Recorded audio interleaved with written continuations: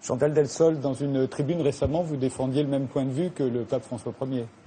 Si j'étais musulmane, je serais assez choquée de voir le Premier ministre qui vient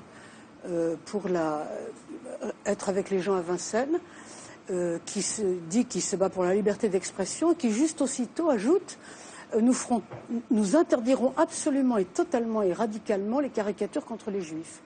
Si j'étais musulmane, je serais assez choquée. Je dirais, mais pourquoi est-ce qu'il y a comme ça une liberté d'expression à géométrie variable, un sacré à géométrie variable? Pourquoi notre prophète n'est pas sacré? Pourtant, les juifs sont sacrés. La liberté, c'est, si on choisit la liberté d'expression, c'est je laisse exprimer tous ceux qui ne sont pas d'accord avec moi. C'est pas ma dérision à moi. J'ai pas entendu le Premier ministre dire. Bien sûr que si. Bien sûr que si, il l'a dit à Vincennes. Tout le monde l'aurait repris. Et d'ailleurs, il y a... Moi, je ne l'ai pas entendu non plus. Moi, je ne l'ai pas entendu. Et tout le monde l'aurait repris s'il l'avait dit. J'en suis vraiment stupéfait. Moi, je vous assure que je l'ai entendu. Moi, j'en suis stupéfait. Parce que en tout cas, il est interdit de caricaturer un certain nombre de groupes. C'est bien évident. Et d'ailleurs, jamais on ira accepter ce que fait Dieudonné. Moi, je suis contre ce que fait Dieudonné, mais enfin, on est, si vous voulez, on refuse un certain nombre de choses. On ne permet que ce qui convient. D'ailleurs, la preuve, c'est que les caricatures de Mahomet, quand elles ont commencé il y a une dizaine d'années, n'ont pas été admises. On ne savait pas très bien. Donc, je trouve quand même qu'il y a quand même un sacré à géométrie variable. Il y a un sacré... Oui, je trouve. Mais attendez, si je peux terminer là sur cette question. Bon, à partir du moment où on admet la liberté pour tout le monde, imaginons qu'on admette, on admet que même ceux qui ne sont pas d'accord, ce qui n'est pas le cas à mon avis. Bon, mais imaginons qu'on l'admette. À partir de là, il y a une légalité pour toute liberté d'expression. Mais à ce moment-là, il y a une décence qui doit s'appliquer. C'est-à-dire que chacun doit s'appliquer à soi-même ses propres limites. Et je pense que quand Mahomet est un personnage sacré pour un grand nombre de nos compatriotes, on n'a pas à se moquer, à jeter la dérision. Je pense qu'il y a là ce qu'on appelle la décence commune chez Orwell, et ça me paraît essentiel. Dominique Schnapper ? Non, je pense que si on adopte l'idée de la liberté d'expression, en France, il y a des traditions nationales là-dessus. Aux États-Unis, il y a le premier amendement qui laisse énormément de liberté d'expression.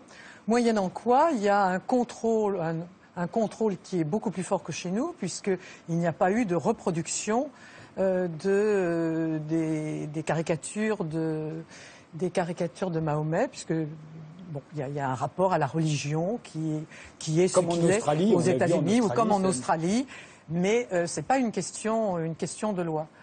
En France, il y a une tradition anticléricale qui est très, très ancienne, qui est très profonde. On l'aime ou on l'aime pas. Moi, je ne l'aime pas spécialement et je crois que je n'avais jamais lu Charlie Hebdo. Donc mais je pense qu'il n'y a aucun moyen d'imposer par la loi des limites qui doivent être des limites que chacun peut se donner, mais que et je comprends que certains croyants puissent être blessés, mais qu'il faut qu'ils admettent une fois pour toutes que la liberté ne peut pas avoir de limites qui soient prévues par la loi, qu'elles ne peuvent avoir que celles de la morale ou des choix personnels, mais qu'il ne faut pas que la loi intervienne là-dedans et qu'elle puisse...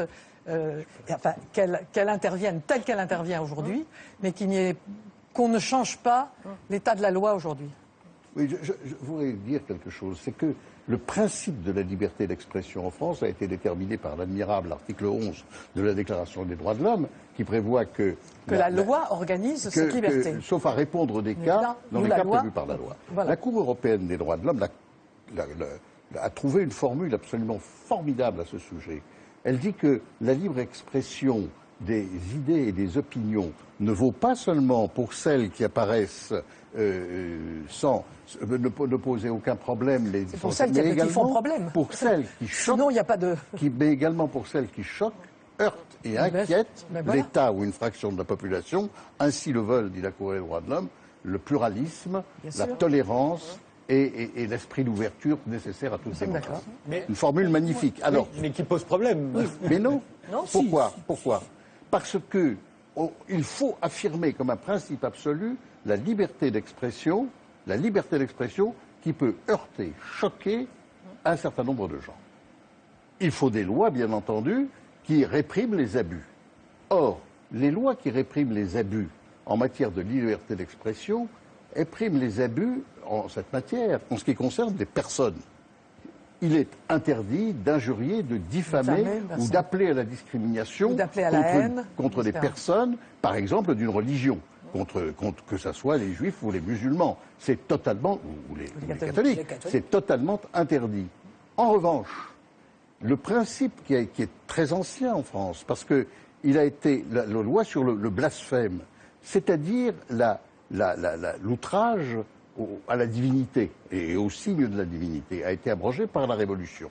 Il a été rétabli sous le consulat, sous Louis XVIII plutôt, supprimé après, et définitivement supprimé, non pas par la loi sur la séparation des églises et de l'État, mais par la loi de 1881, dans laquelle est intervenu énormément le jeune Clémenceau. Donc le blasphème ne peut pas être une infraction. Donc on ne peut pas réprimer le blasphème, il y a la liberté. Alors, si vous me demandez ce que j'en pense, moi, je ne suis pas pour qu'on fasse du mal aux gens.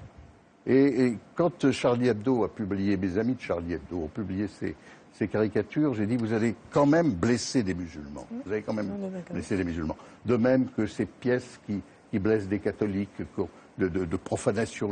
Bon, je suis pour la liberté de création, je suis pour les protéger, je suis même pour tout faire pour les protéger. Mais en même temps, si je parle avec les gens, je leur dis, vous ne devriez peut-être pas faire ça. Mais pas au niveau de la loi. Nous sommes d'accord, c'est au niveau de la morale et de la conduite et pas de la loi. On parle beaucoup aujourd'hui d'éducation aux faits religieux dans les écoles. Moi, je trouve que c'est très bien. C'est l'idée de Régis Debray à l'origine, etc. et de la religion. Mais si en même temps, on n'apprend pas ce qu'est la liberté d'expression, si on ne dit pas qu'il faut accepter des expressions qui choquent, blessent ou inquiètent, si on ne dit pas cela, qu'on ne peut pas accepter celles qui s'adressent directement aux gens, qui les diffament, etc., mais qu'en revanche, la liberté est totale en ce qui concerne les signes de la religion, ça, je crois qu'il faut leur apprendre et il faut à ce moment-là faire une éducation considérable en France à ce sujet. Je vais vous présenter Thomas Schlesser qui est venu nous rejoindre, qui est historien d'art, enseignant à l'école polytechnique. Vous êtes l'auteur de L'art face à la censure. La censure n'est plus le monopole de l'État, hein, vous le dites, et ça change beaucoup de choses. Oui, ça change beaucoup de choses. On peut prendre... D'abord, je voudrais dire une chose importante, c'est qu'il y a eu comme un renouvellement des grandes figures de martyrs de la liberté d'expression récemment. Si vous voulez... Dans le champ de l'histoire de l'art, on citait très fréquemment Daumier. Et je pense que c'est une excellente chose. Grand caricaturiste, le plus grand caricaturiste français du XIXe siècle. Et c'est un très bon point de départ. Daumier s'en prenait à l'État. Une caricature. Daumier représentant Louis-Philippe. Louis-Philippe, donc on est sous la monarchie de Juillet. Et en fait, cette caricature représente Louis-Philippe en train d'avaler des sacs d'or et de déféquer des récompenses. Alors Daumier a été mis en prison pour cela. Et donc Daumier s'en prend à l'État et l'État lui répond en l'incarcérant. Ce qui signifie que c'est bien l'État qui ici brime la liberté d'expression. Et les caricaturistes du XIXe siècle ne vont avoir de cesse de dire que c'est l'État qui est un frein à la liberté d'expression. Ce qu'on voit là dans la période récente et qui est tout à fait révélateur, c'est que l'État se met en scène comme défenseur de la liberté d'expression. Pas sûr qu'il le soit tant que ça, mais peu importe, un autre problème. Et ce sont les fractions de la société civile qui, elles, s'attaquent aux caricaturistes. Alors, ça peut être sous forme juridique, et malheureusement, on l'a vu sous forme d'action directe, et alors là, à ce moment-là, c'est absolument épouvantable, mais c'est tout à fait révélateur d'une évolution capitale, où c'est bel et bien ces fractions de la société civile qui sont vues comme des freins à la liberté d'expression, et non plus l'État.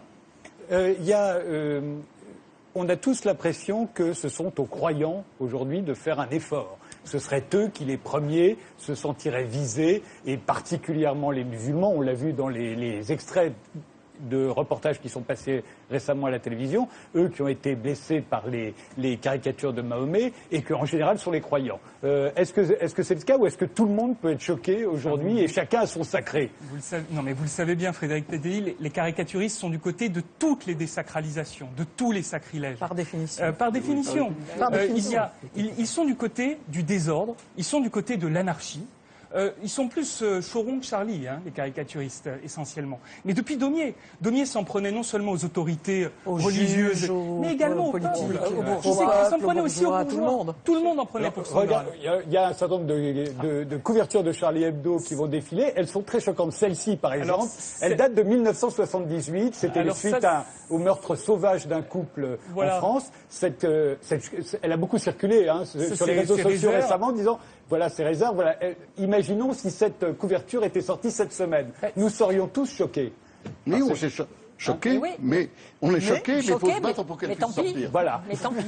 Voltaire a dit là-dessus des choses définitives. Je suis en désaccord avec vous, mais je me pour que vous puissiez continuer à le dire. C'est tout. Il y a celle sur suite au 11 septembre, hein, la dessinée, c'est Cabu. Et vous on voyez, est 8 jours après le 11 septembre. 8 jours après le 11 septembre, et ce qu'on voit très bien, c'est que l'un des grands tabous qui est très souvent soulevé par la caricature et de façon extrêmement provocante, c'est le tabou de la mort. La mort ne fait pas peur aux caricaturistes, et ça touche quelque chose de très profond en nous, qui est le rapport au deuil. Et c'est pour ça, si vous voulez, que c'était formidable, ces manifestations, etc. Mais on peut être tout à fait sûr qu'il y a une contradiction très forte entre dire nous véhiculons des valeurs, unité républicaine, défense nationale, liberté d'expression elle-même, et ce que véhicule la caricature. Je vais même vous dire une chose, je pense que Choron n'était pas pour la liberté d'expression. C'est-à-dire que la liberté d'expression, c'est aussi de dire il n'y a que moi qui ai raison, tous les autres sont des cons. Il y en a une, évidemment, elle date de 1972, elle est signée Wolinski, c'est carrément Hitler. Aujourd'hui, on est devenu beaucoup plus sensible, on serait beaucoup plus sensible à une... Celle-là, je pense qu'elle... D'ailleurs, oui, c'est important de le dire quand même. Ça, c'est le Charlie Hebdo de la période... Enfin, la première période. Voilà, de la première période. C'est celui de Wolinski, de Cabu. Et... Vous avez raison, mais enfin, vous le savez aussi, il y a eu quand même une évolution de Charlie Hebdo à partir des années 90, on ne peut pas le... Sans doute, mais regardez la suivante. Voilà, Mohamed Merah, elle est très récente, celle-ci. Hein. Oui. Alors, voilà. je la comprends moins bien. Voilà, mais parfois on ne comprend pas, on est juste choqué. Elle nous choque. Elle est là pour nous choquer. Elle est là pour ça. Mais elle est là pour ça. Hein. Elle nous choque. La bienséance n'est pas une règle de la liberté d'expression. Voilà, mais on ne l'aime pas, mais ils ont continuons dans la liberté d'expression. Il y a celle-ci qui fait suite. Oui, c'était l'affaire Andrés Serrano, qui est donc un photographe qui avait exposé à Avignon. Chez Yvon Lambert, une photographie d'un Christ qui était plongé dans un bain de sang et d'urine, Serrano lui-même se revendiquant en tout cas comme catholique. Et suite à ça, des membres de Civitas avaient fait une action directe, ils étaient venus faire un bris, comme à la façon d'iconoclastes protestants, ils étaient venus faire un bris. Ils ont détruit l'œuvre. Ils ont détruit l'œuvre. Bon, voilà, et donc au chiottes toutes les religions avec du papier toilette voilà, qui fait écho donc à et c'est signé Cabu. Une autre signée Cabu, c'est en 72. Voilà, c'est au moment de l'exécution de Buffet et Bontemps. Les deux venaient d'être guillotinés et Cabu, qui était contre la peine de mort, s'en prend aux 63% des Français, majoritaires donc à l'époque, favorables à la peine de mort. J'en propose un autre, c'est le Joyeux Noël.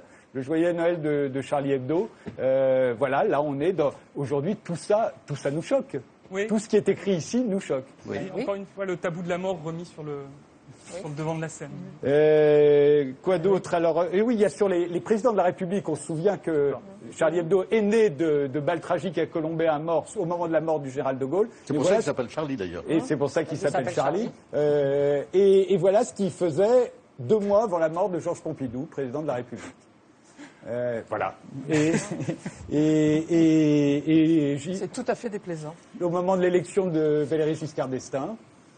Alors, celle-là, elle est très traditionnelle. Je veux dire, le fait d'associer une figure scabreuse avec une figure autoritaire, ça tout au long, même pendant la Révolution française, on le voit beaucoup, avec Marie-Antoinette, par exemple, au XIXe siècle, beaucoup. Ce que je trouve extraordinaire là-dedans, c'est ce mélange entre le mauvais goût le plus absolu et en même temps beaucoup de finesse. Ça, c'est une grande caricature. Il y a quelque chose de... La finesse, c'est discutable. Il y a des tas de gens qui ne trouvent pas ça fin du tout. Parce que vous avez noté la particule, c'est la petite touche humoristique qui fait que ce côté scabreux est en même temps... voilà, c'est GG. C'est GG. Et puis, pour finir, Jacques Chirac, à l'époque, voilà, il était Premier ministre. Voilà. Donc, quand on dit la liberté d'expression, ben voilà, c'est ça. Et ça ne concerne pas que seulement les croyants. On peut être choqués par tout ce qu'on veut voir.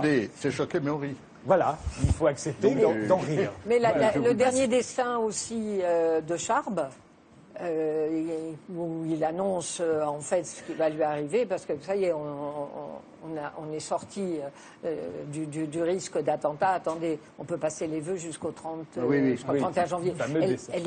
Elle était formidable. Elle était géniale. Vous auriez pu la mettre aussi. Mais elle n'a choqué personne. Elle choque. C'est rétrospectivement. Mais elle était tellement en situation. Juste sur tous ces sujets, Ali Ben Maktouf. Oui, beaucoup de choses. D'abord, effectivement, ne pas miniaturiser les gens en les réduisant à une appartenance religieuse. C'est très important. Nous avons commencé votre émission par la citoyenneté. C'est toujours ça qu'il faut affirmer et non pas l'incarcération dans une religion. Ça, c'est épouvantable. Deuxièmement, le fait qu'il y ait... Monsieur Leclerc a parlé d'éducation, c'est très important.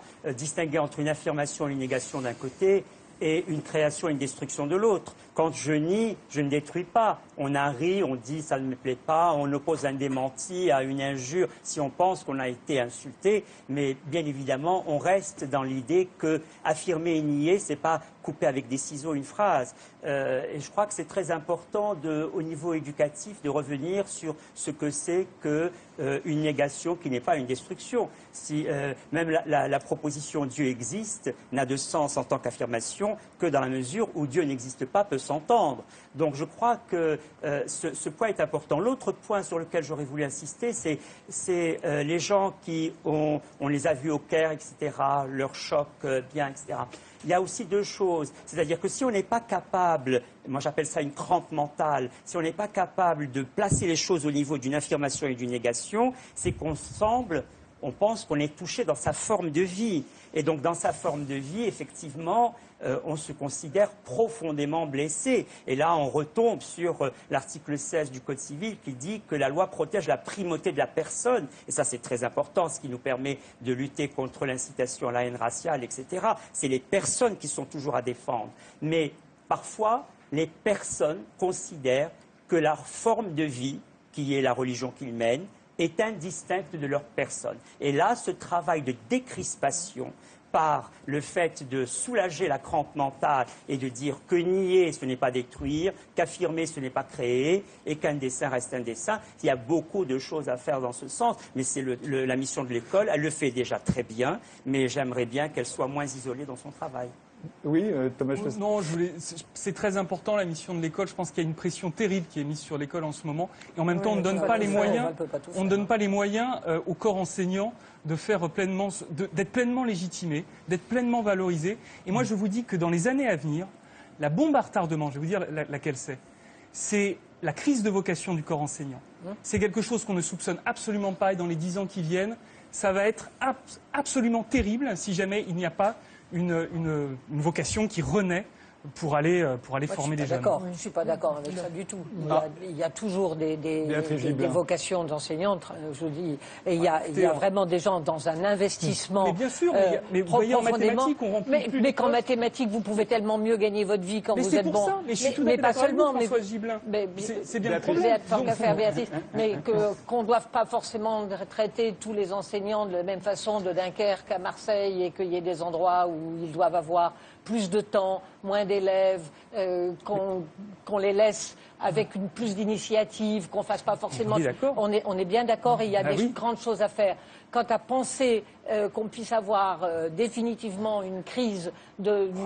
Mais en mathématiques, je suis d'accord. À 1 700 €, vous allez faire autre chose. C'est un bon débat. La question à James Galbraith sur la citoyenneté des enseignants. James Galbraith sur cette liberté d'expression qu'on célèbre en France aujourd'hui. Des artistes pressés sur les limites de la société. Dès que vous avez une société très libérale, vous aurez des artistes qui vont choquer. Et si les caricaturistes en particulier ne peuvent pas choquer, s'ils ne peuvent pas insulter, il faudrait en finir avec ce métier-là. Voilà. Et ensuite, ils partiront, ils quitteront la France, ils iront à Genève comme Voltaire et Rousseau.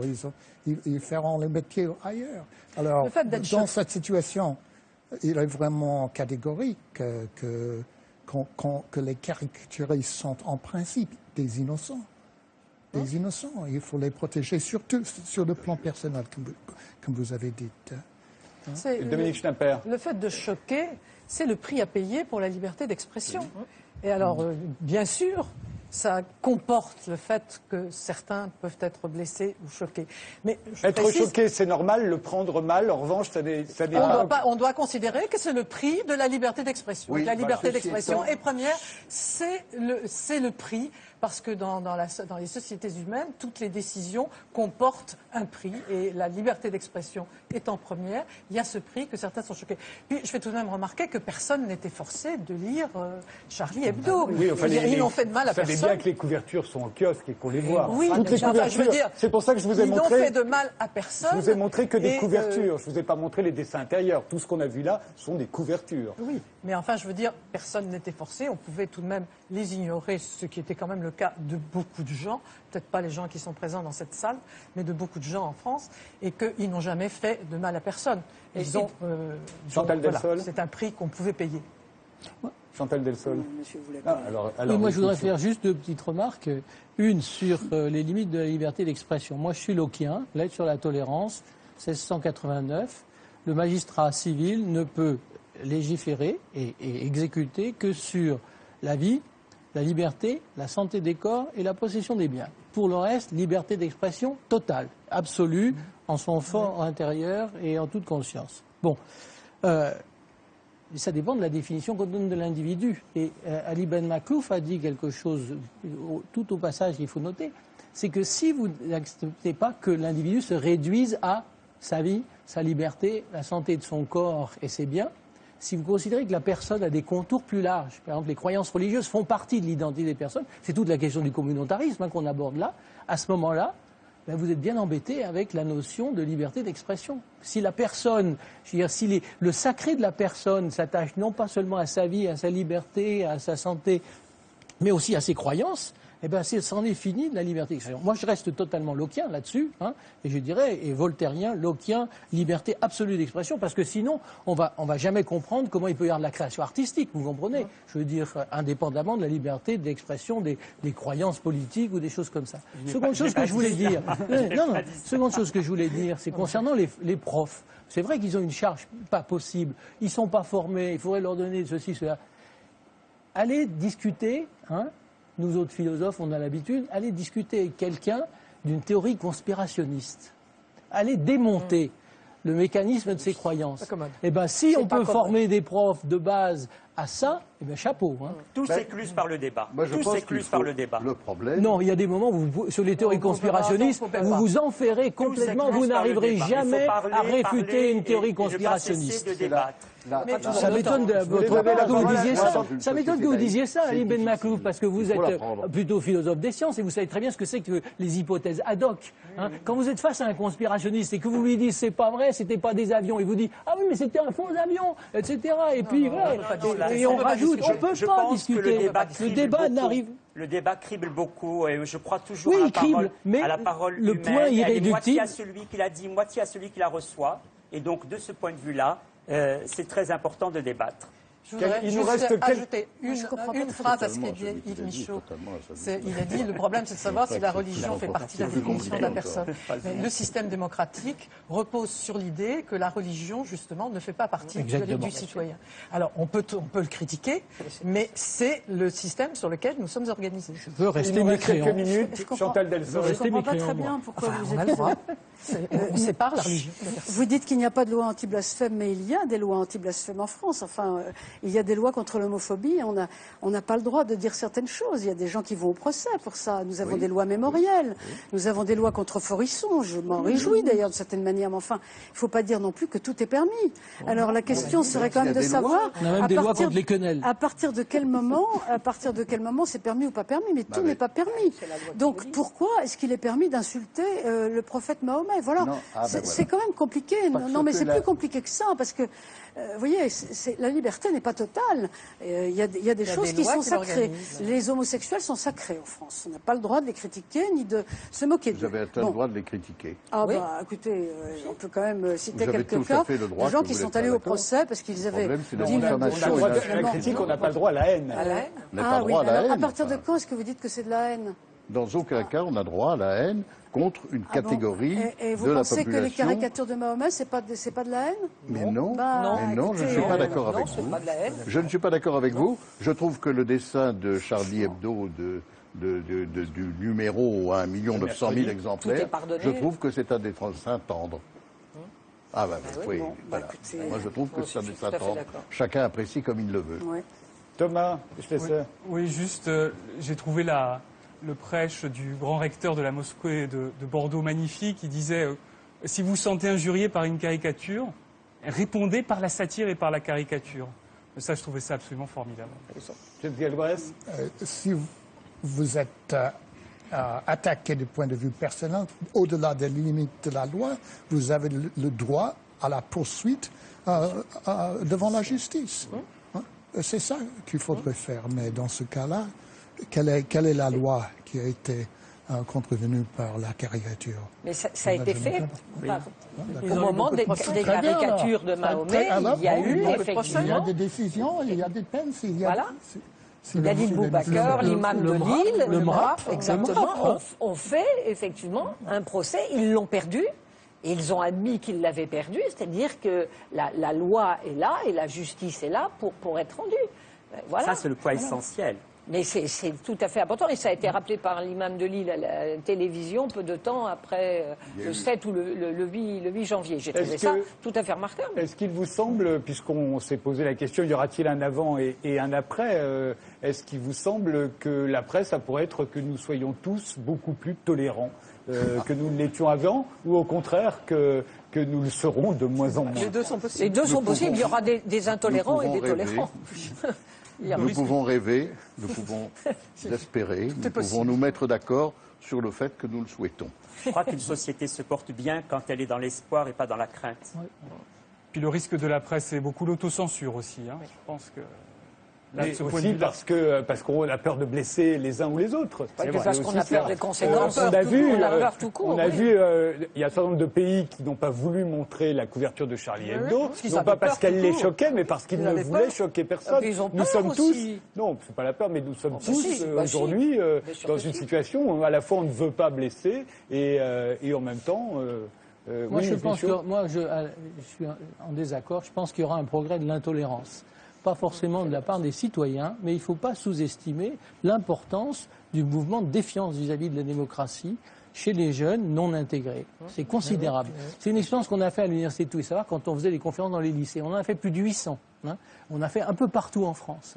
Je me souviens, souvent on me demandait des conférences sur le communautarisme pour essayer de faire comprendre aux gens.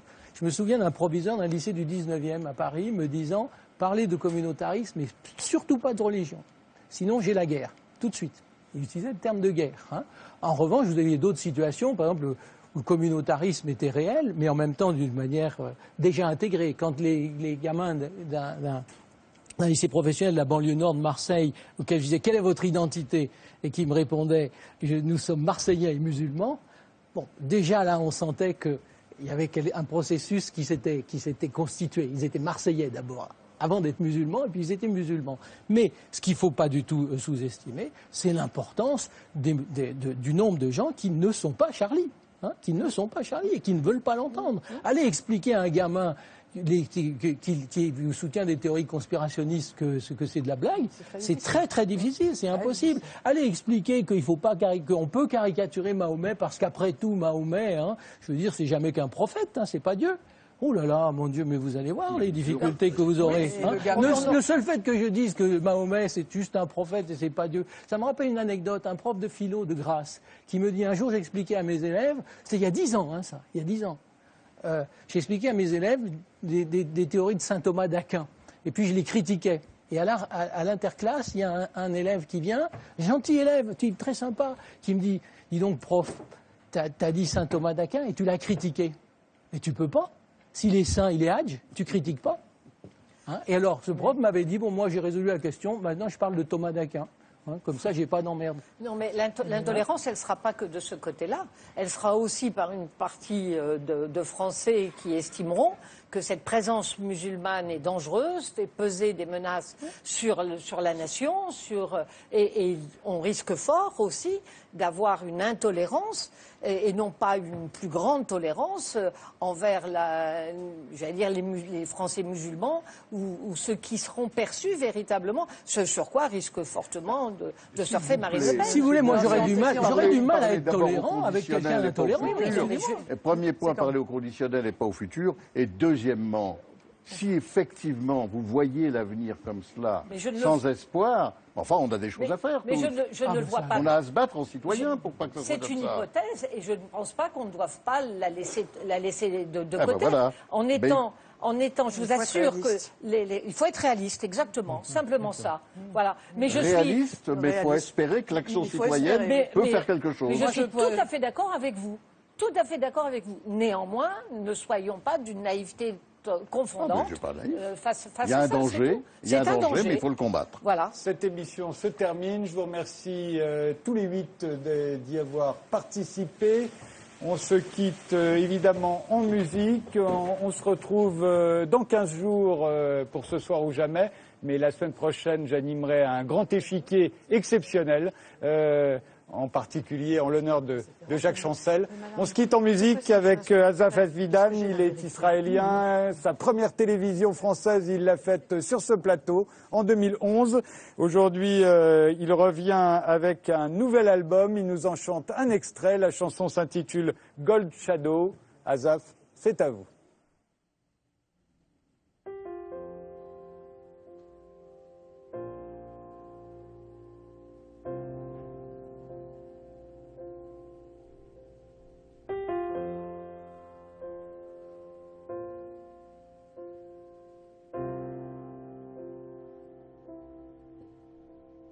There's a gold shadow seeping through the door. There's a cold sparrow lying still upon the floor. Dead and true as lipstick, slow as the speed of skin. There's a gold shadow growing from within. There's a bent willow in the moonlight, painted blue. There's a spent window silhouetting you. Deep and true as whiskey, soft and sure as lies.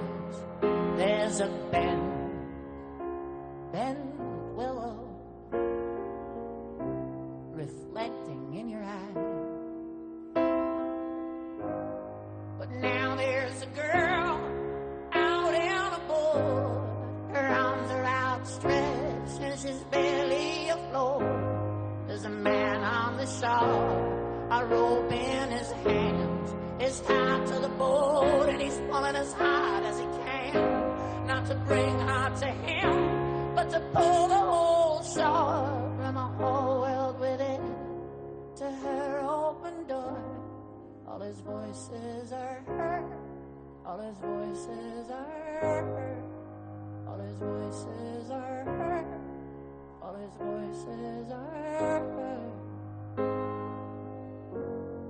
Has he been here before? Nobody's sure. La de la bam ba, la de la bam ba. La de la bam ba, bam bam bam.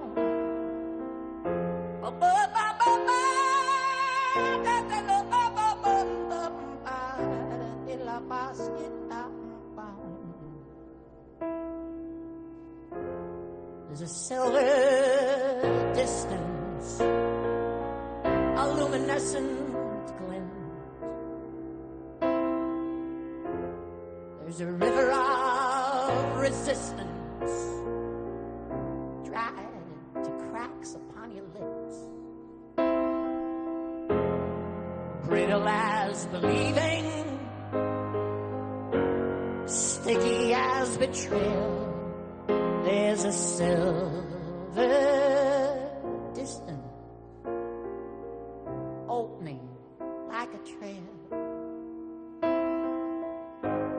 But there was a town before all the leaves cover the beauty of Adam and Eve, and they were blind and they were free to be whatever they wanted to be.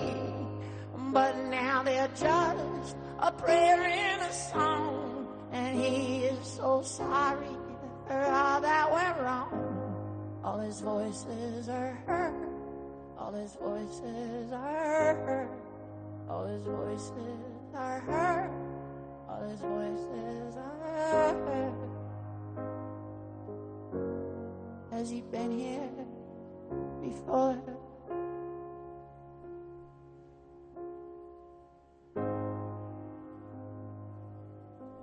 Has he been here before?